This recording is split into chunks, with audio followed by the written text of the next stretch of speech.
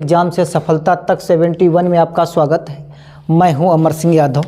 देखिए, जो आपका पेपर हुआ था 13 दिसंबर 2025 में, ज़रा उनका मैथ का मिलान करिए, आपके कितने सही हुए हैं और कितने गलत हैं। और बहुत जल्द आपका जो है हम कट ऑफ बताने वाले हैं। पिछली कट ऑफ हमारी सटीक गई थी। पहला प्रश्न जा रहा होगा 31 नंबर, ज़रा देखिए। और हाँ, ये आपका एफ कोड वाला है। क्या कहता है, एक आयत के सभी अंतःकोणों का योगफल कितना होता है। तो जो एक आयत होता है, इस प्रकार से आयत होता है, इनके अंतःकोण यानी ये अंदर वाले कोण, इनके अंतःकोणों का जो योगफल होता है वो कितना होता है। तो जो प्रत्येक आयत का कोण होता है, प्रत्येक आयत का कोण वो 90 डिग्री का होता है। तो 4 कोण होते हैं, तो इनके अंतःकोणों का योग जो होता है वो 360 होगा। यही आपका आंसर है। ऑप्शन नंबर जो है आपका ए बिल्कुल सही आंसर होगा। प्रश्न नंबर 42 देखिए, कहता है 115 परिवार के सर्वे में अंकित किया गया है कि प्रत्येक परिवार में कितने बच्चे हैं।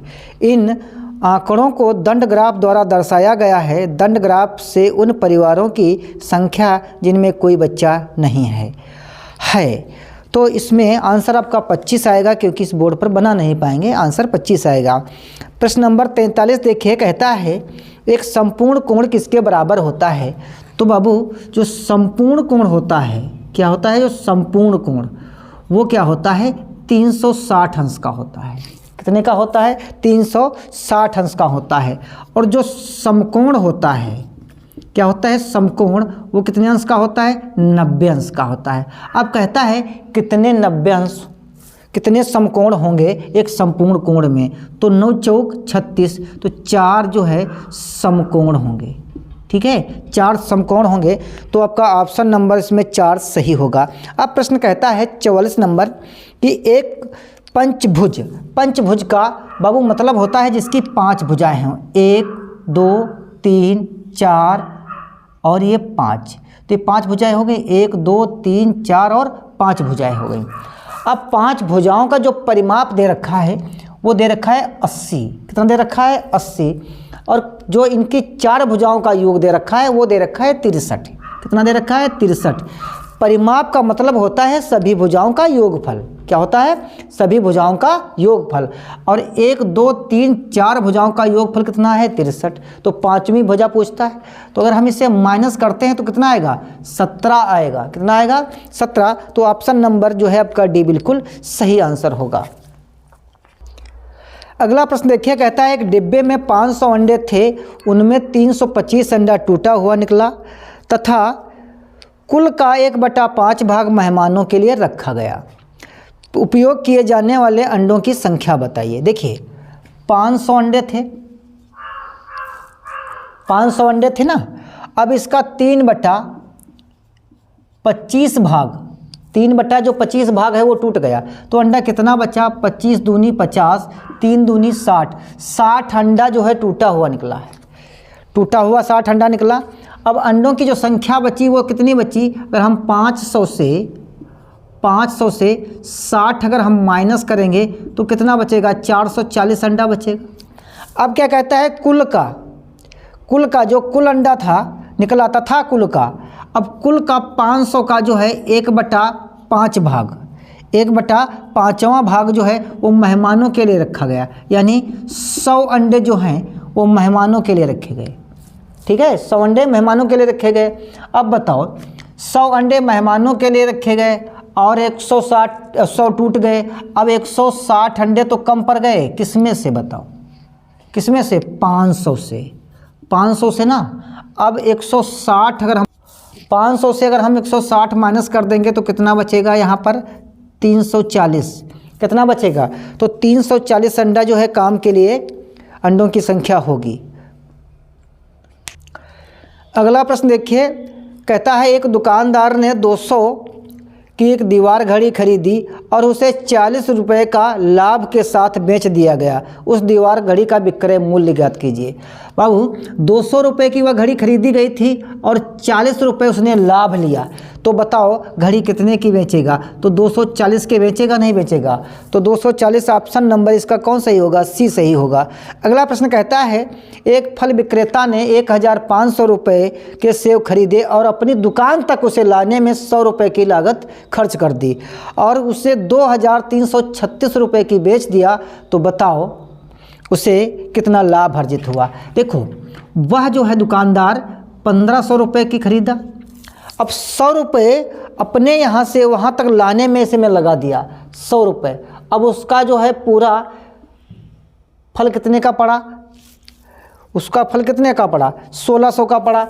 अब वह 2236 की बेच दिया। अब 1600 उसने लगाया था और 2236 कमाया, तो 12 से 6 गए, कितना बचेगा? 636 रुपये उसे लाभ मिला। ऑप्शन नंबर जो है बी बिल्कुल सही आंसर होगा। अगला प्रश्न देखते हैं।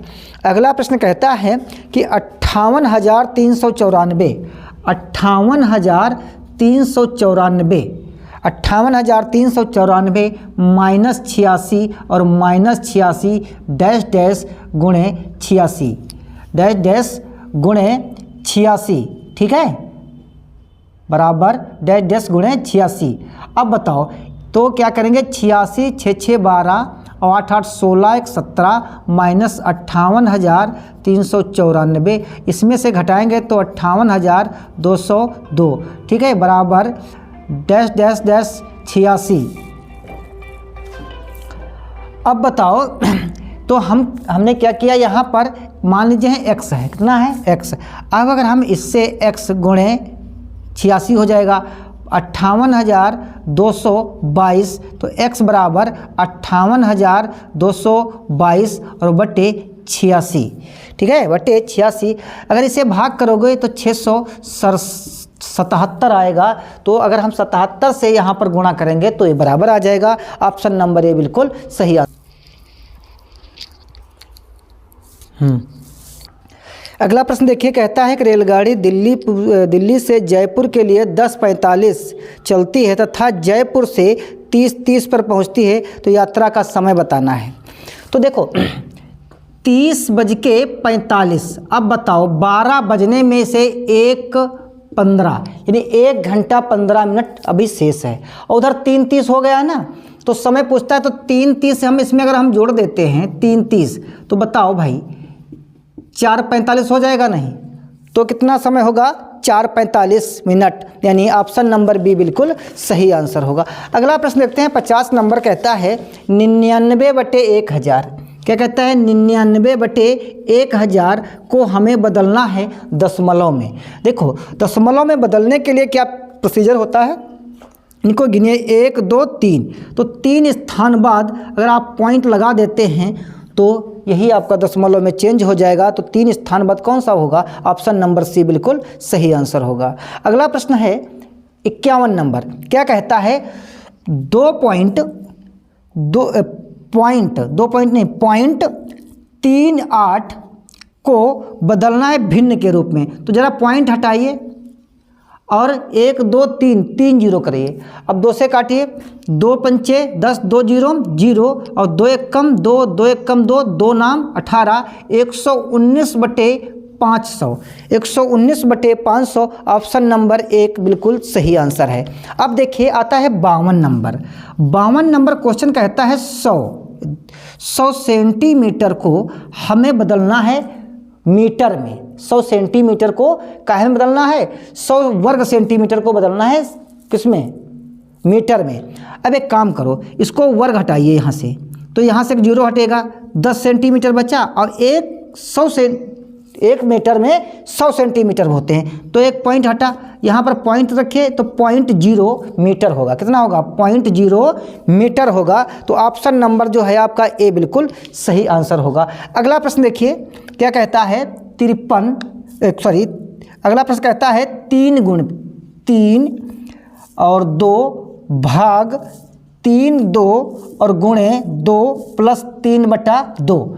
अब देखिए 3/2 और गुणे 2/3 और गुणे 2 और प्लस 3/2, भाग कर रहा है, गुणा में हो जाएगा तो 2 से 2 कैंसिल, 3 से 3 कैंसिल, 3 2 दूनी 4 और 4 3 7, 7/2 इसका आंसर आएगा। तो ऑप्शन नंबर इसका 7/2, ऑप्शन नंबर सी बिल्कुल सही आंसर होगा।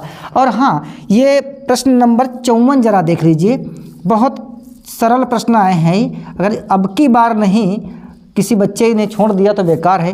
एक एक कम एक बार गुणा करेंगे, 1 2 3 स्थानबद्ध पॉइंट है, तो भैया 3 स्थान बाद ये पॉइंट लगा दीजिए। तो ऑप्शन नंबर आपका इसमें कौन सही होगा? ऑप्शन नंबर बी बिल्कुल सही आंसर होगा। प्रश्न नंबर 55 देखिए, कहता है 0.02 और गुणे 0.03, तो 3 दूनी 6, 3 स्थान, 2 स्थान यहाँ, 1 स्थान यहाँ, तो 3 स्थान बाद पॉइंट लगाएंगे। तो बताओ कौन सा ऑप्शन सही होगा? ऑप्शन नंबर ए बिल्कुल सही आंसर होगा। अब कहता है 64 के गुणनखंडों का योगफल। 64 के गुणनखंडों का योगफल। देखो, पहला जो इसका गुणनखंड होगा 64 का, वो 1 होगा, फिर 2 होगा, और क्या होगा? 1 होगा, 2 होगा, और बताइए 4 होगा, और 8 6 48, 6 होगा, 8 होगा, और क्या होगा? 64 के गुणनखंड और कौन कौन से हो सकते हैं? 16 होगा और 32 होगा, 16 और 32 होगा।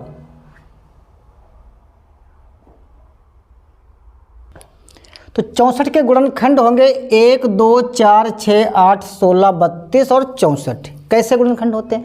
1 से भी कट जाएगा, 2 से कटे जाएगा, 4 से कटेगा, 6 से कटेगा, 8 से कटेगा, 16 से कटेगा, 32 से कटेगा और 64 से कटेगा। अगर इनका हम योग करते हैं तो जानते हो, इनका अगर हम योग करते हैं तो 127 इनका योग आता है। तो आपका ऑप्शन नंबर जो है वो कौन सा सही होगा? सी बिल्कुल सही होगा। अब कहता है 30 और 20, 30 और 20 का सबसे सर्व मतलब सर्व गुणनखंड यानी बड़ा गुणनखंड इसमें कौन होगा? ऑप्शन से चेक करते हैं। तो भैया इसका 10 होगा, क्योंकि 10 दूना 20, 10 तियां 30, 25 बड़ा है लेकिन 25 20 में नहीं जाता है। अब अगला प्रश्न जरा देखिए। अगला प्रश्न कहता है, सरल करिए।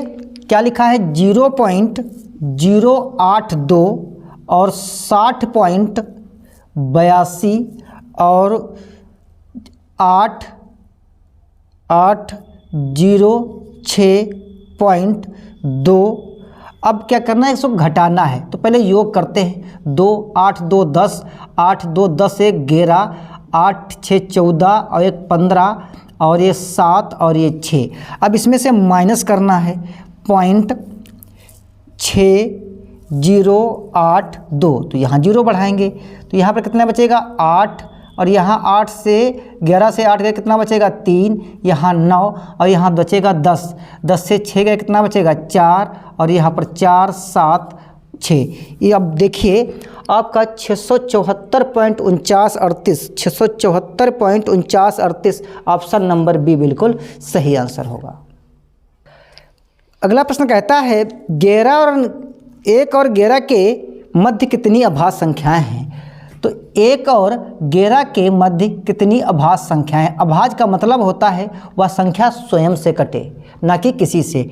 देखो एक तो होगा नहीं, क्योंकि 1 के बीच में बचा 2 हो गया, 3 हो गया, 5 हो गया, 3 हो गया, 5 हो गया और कितना हो गया? 7 हो गया, 7 हो गया। तो ऐसी 4 संख्याएं होंगी जो इनके मध्य जो किसी से नहीं कटेंगी। अब कहता है अगला प्रश्न 9 9 9 और इसका 9 9 9 9 इनका गुणनफल बताना है। अब अगर इनका गुणनफल आपको, तो इनका गुणनफल 99 89 001 आएगा। दोस्तों अगर आपको वीडियो अच्छा लगे हो तो शेयर कर दीजिए और लोग भी मिला लें, तभी जान पाएंगे कि कट ऑफ कितनी आई है। कमेंट बॉक्स में ज़रूर बताइए आपने कितने नंबर सही किए। और हाँ, बहुत जल्द कट ऑफ वाला वीडियो 1-2 दिन में आ जाएगा। वीडियो देखने के लिए बहुत बहुत धन्यवाद।